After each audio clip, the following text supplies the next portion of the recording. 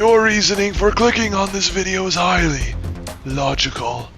And as I mentioned in that Megatron build video, I asked all of you if you wanted to see the Transformers build I had made prior to that one. And here he is, Shockwave in all of his Decepticon glory.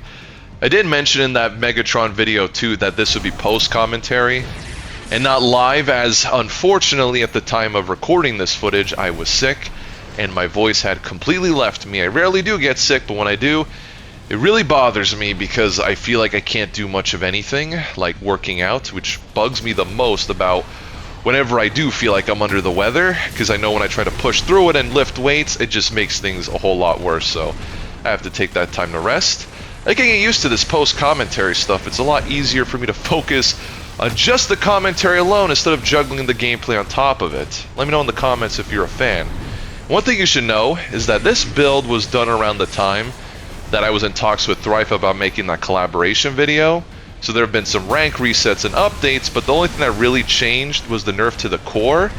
But if you still wanted to try this out today in ranked PvP, you would do very well against most builds. And I'm sure you probably noticed by now, but it's largely thanks to the mid-range playstyle of this build, which dominates the ranked PvP scene in Armored Core 6 even today. Which is also in character with Shockwave, because as you may or may not know, when I recreate any of these builds, whether it's from other Armored Core games or different mediums, I want the play style of the build to match that character. And Shockwave, being the Decepticon mad scientist that he is, won't rush headfirst into battle, say like Megatron. I wanted Shockwave to have access to weapons that kept him at a safe distance, yet hit incredibly hard, as is true with the original Shockwave, who is arguably stronger than even Megatron, according to the source material, that is. I guess this is a good segue to talk about the weapon choices that I settled on.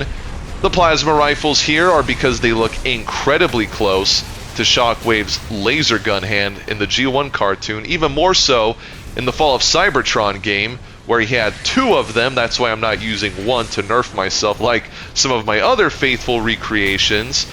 The plasma missiles, like with Megatron, scream Cybertronian tech to me. The laser drones, however, are a nice thematic pick, as Shockwave is this tinkerer, always conducting experiments, especially on autonomous minions. So it falls very much in line to the character, and has a lot of synergy with the rest of the weapons, providing pressure at range and even up close when the opponent tries to close the distance. That's why I'm not being punished as often while being stuck in firing stance. It's incredibly fun too, I have to say. As you can see, my opponent did not stand a chance to the logical prowess of Shockwave. Of course, I had to turn around and look at the camera to earn cool points, as is tradition. It's so weird revisiting this footage after such a long time. It feels like a time capsule of sorts, because when I look at my opponents and what builds they were using, makes me appreciate just how much build variety there was back then in A rank. Because today, you're gonna find nothing but meta builds in A rank or higher. It's why I'm semi-retired in B rank today. And it's not because I can't deal with meta builds. If you've watched any of my build videos in the past, that is not the problem. It's just the repetition, because if I have to fight the same build over and over and over and over and over again, things get stale real fast. It was practically destroying my enjoyment for this game.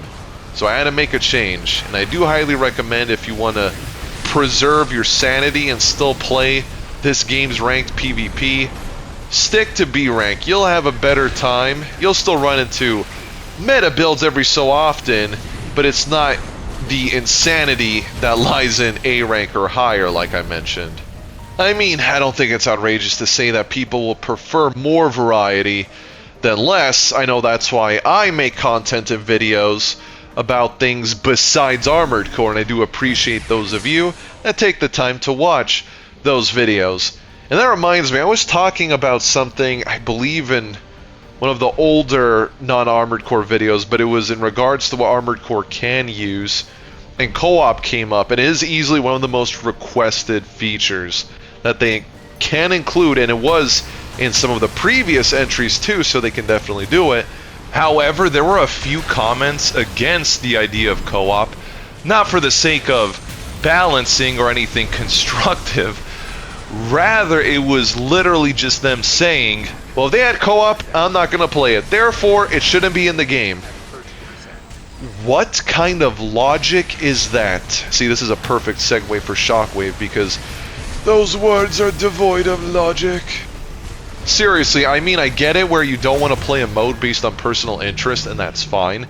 There's even players to this day that haven't touched Armored Core 6's PvP, but to not include a mode entirely because of that mindset would be a huge mistake. It reminds me of when 5th gen players, shout out to Armored Core 5 and Verdict Day players out there, want to see a return of that kind of a multiplayer, and the same, I should say almost always the same counter argument is said, and that's also devoid of logic, which is, well, Armored Core 5 and Verdict Day were divisive, not many people played it, so it's your fault, that's why they shouldn't do it. What are you even talking about? The fact of the matter is, 5 and Verdict Day were divisive because of their gameplay mechanics. As in, people just coming from 4th gen were not used to the much slower pacing, and people that skipped 4th gen didn't like the in-between trying to balance fast pace with slow pace, because 5th gen could get pretty wild with the movement. But the multiplayer features were highly praised. In fact, I think it's safe to say that it was the most multiplayer-rich experience that From Software ever came out with in a video game, or games, because 5 and Verdict Day had very similar multiplayer modes. So if we're up to me, the more ways to play Armored Core, the better. That was my TED Talk. I'm sorry if it came off as a tangent. I'm speaking my mind looking at this footage and editing the video, because I was also remembering how Tekken no longer has the Tekken Force mode because of similar counter arguments of not including that very classic and fun game mode. That's an entirely different story and is neither here nor there.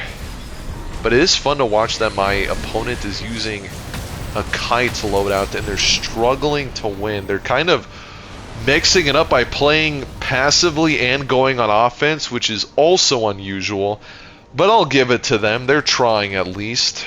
Even if they were to devote themselves entirely to backpedaling, they probably wouldn't have an easy time winning, because the plasma weapons are a perfect example of range pressure. As you see, they were backpedaling, but the AoE damage will catch them and build up so much ACS strain and raw damage on top of that.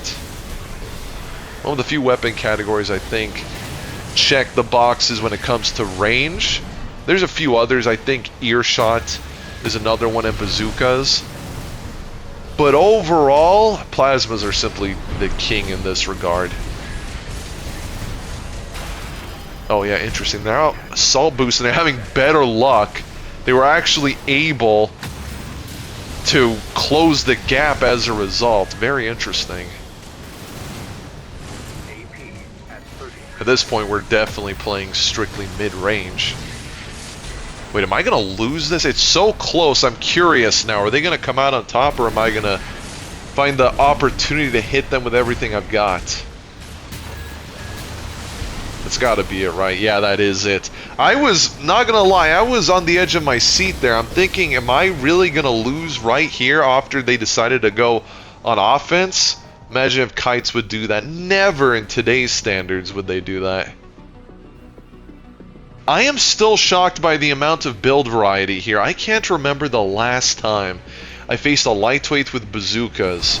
Granted, I would say firing stance weapons in general are frowned upon for a lightweight, at least a bipedal, because you want to play to your leg type strengths. In this case, it would be speed and mobility, and having to stop for a split second makes you very vulnerable, especially to a build like Shockwave here. As you'll see, they get caught multiple times by the plasma explosions. If you want to use bazookas and still be a lightweight, the Lammergeier legs are there for that reason. You don't have to resort to kiting or ratting with those things. Granted, it's much easier to do so, but it's not the only way to go about it. Just think for a second, would you rather be on the move while attacking with those weapons, or stay still long enough to be obliterated? Case in point. Reminds me of one of my earlier pile bunker build videos that had a Majestic. Great for stagger buildup and punishes, but awful for the firing stance. I would get counterattacked so often I had to swap it for something else. Again, being a lightweight does not give you a lot of room for punishment. So on a midweight, it's a little bit better. That's why you see some pile bunker builds that have the Harris Lanier rifle for the charged attacks. But even when I face those, I don't recommend it, because that brief moment is all it takes to make a huge splash in damage and make your opponent regret they tried to attack you in that moment. Also, my opponent, I think they gave up right then and there. They couldn't do a whole lot. But the moral of the story here is play to your build strengths and avoid any unnecessary weaknesses. Speaking of, here is a tetrapod rocking a bazooka with an earshot on top of that, so something tells me this one's going to be a doozy. I'm practically reacting to this as it plays out. Also, my opponent giving me a gamer greeting and me not responding is only because I knew my weapons would take forever to recover from cooldown, and I didn't want them to take advantage of that. So, apologies that I didn't return the greeting. See, this is my point too. They took advantage of me having to be stuck in firing stance, and look at the health difference. Such a short amount of time they wasted their expansion. That's one saving grace for me. I think I might actually lose this one, unless I turn it around here, maybe? Wow, I'm surprised they pulled it off. I thought they had that one in the bag, given they could have hit me one time with their bazooka or earshot, and that would have been it. 100%. Now I wonder, is this going to be a clean sweep? Or do I have to work for it again? I think I chose this side of the map too, to make them be more out in the open and not try to take cover by the cliffside. Also, surprisingly, my opponent didn't go straight for the ceiling into hover mode, which is the standard tetrapod player strategy. I think they have this one. I don't see myself coming back this time. They keep wasting their expansion though, and they're no longer airborne in hover mode until now, that is. Wow, to think I almost turned it around again, but as soon as they got back in the air, took advantage of my build's weakness. Do I actually win this one now? I'm wondering. Tetrapods are not something to take lightly, especially when they're packing that much firepower. Those are the ones you really got to worry about. See, like right there, I ate all those missiles because I was in the middle of firing my plasma rifles. Whew, good thing I had my pulse armor up there. I could see their earshot getting a free stagger for them. And the Javelin Alpha. Granted, the Javelin Alpha isn't buffed like it is today, so maybe I would have survived at least one direct stagger attack, but maybe not. I think I mix it up here to try to assault boost away from their explosive attacks. I don't know why my opponent kept doing that. You only use the assault armor when, like right there, if they used it, I'm right in their face, and it's a free stagger for them. Probably would have played a lot different, but that is a good game.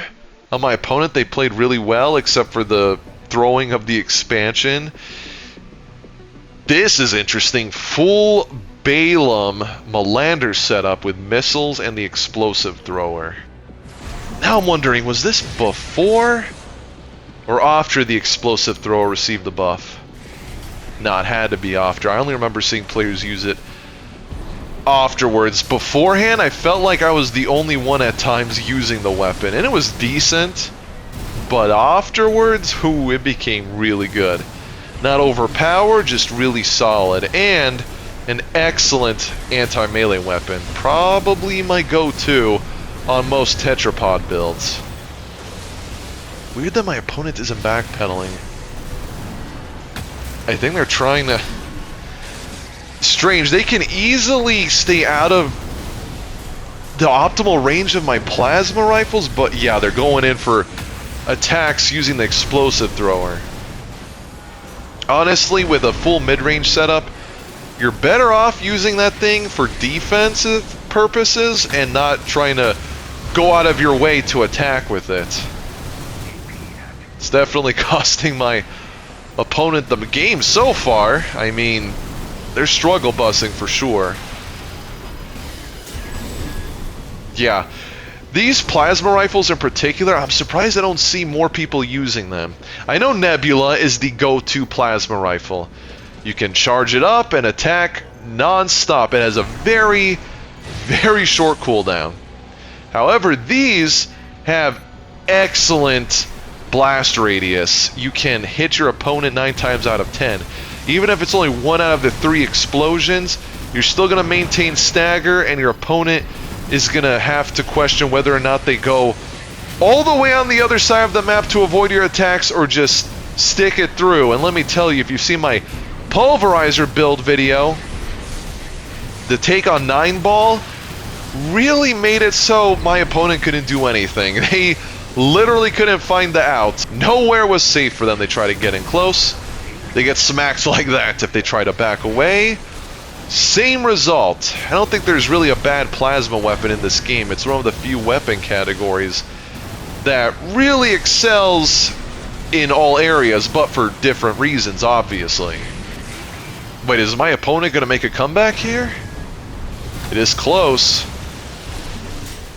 But the explosions caught up to them. I'm telling you, these plasma rifles make it extremely difficult for the opponent to be just out of the blast radius, if not impossible.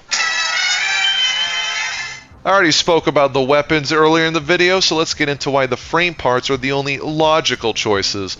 The headpiece, being Basho, has the perfect head shape to match Shockwave's. Does have a mono eye, but that was easily fixed with a decal, because the Melander heads sadly do not look nearly as close to what Shockwave had in appearance. And in terms of the Tian Shan core, it has literally all the right proportions. The shape of the arms and legs also matches. Even though the arms are asymmetrical, it still goes with the Transformers aesthetic. So the result is the spitting image of G1 Shockwave, and it performs as well as it looks in ranked PvP. If you enjoyed this, please be sure to like the video, leave a comment, and subscribe so you don't miss the next one. Until next time, take care.